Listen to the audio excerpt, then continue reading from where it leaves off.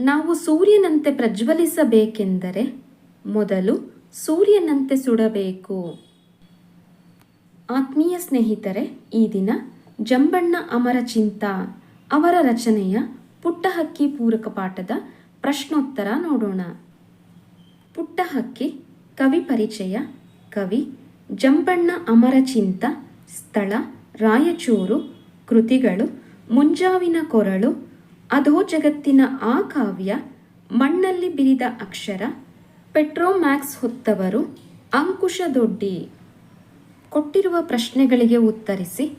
ಪುಟ್ಟ ಹಕ್ಕಿ ಗೂಡನ್ನು ಹೇಗೆ ಕಟ್ಟುತ್ತದೆ? ಕಡ್ಡಿ ಕಡ್ಡಿ ಕೂಡಿಸಿ ಪುಟ್ಟ ಹಕ್ಕಿ ಗೂಡು ಕಟ್ಟುತ್ತದೆ. ಗೀತೆಯನ್ನು ಹಾಡುತ್ತಾ ಪುಟ್ಟ ಹಕ್ಕಿ ಯಾರನ್ನು ಸ್ವಾಗತಿಸುತ್ತದೆ? ಗೀತೆಯನ್ನು ಹಾಡುತ್ತಾ ಪುಟ್ಟ ಹಕ್ಕಿ ಸೂರ್ಯನನ್ನು ಸ್ವಾಗತಿಸುತ್ತದೆ. ಜಗದಲ್ಲಿ ಎಂತಹ ಜನರಿರುವರು? ಮೂಡಿದ ರೆಕ್ಕೆಗಳನ್ನು ಮುರಿಯುವ ಜನರು ಜಗದಲ್ಲಿರುವರು.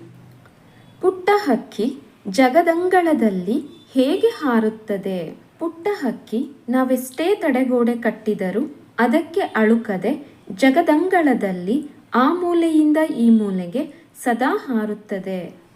ಭೂಮಿ ಆಕಾಶದಲ್ಲಿ ಪುಟ್ಟ ಹಕ್ಕಿಗೆ ಯಾರ ಭಯವಿದೆ? ಭೂಮಿಯಲ್ಲಿ ಭುಜಂಗ, ಹಾವು, ಆಕಾಶದಲ್ಲಿ ಗಿಡುಗನ ಭಯ ಪುಟ್ಟ ಹಕ್ಕಿಗಿದೆ.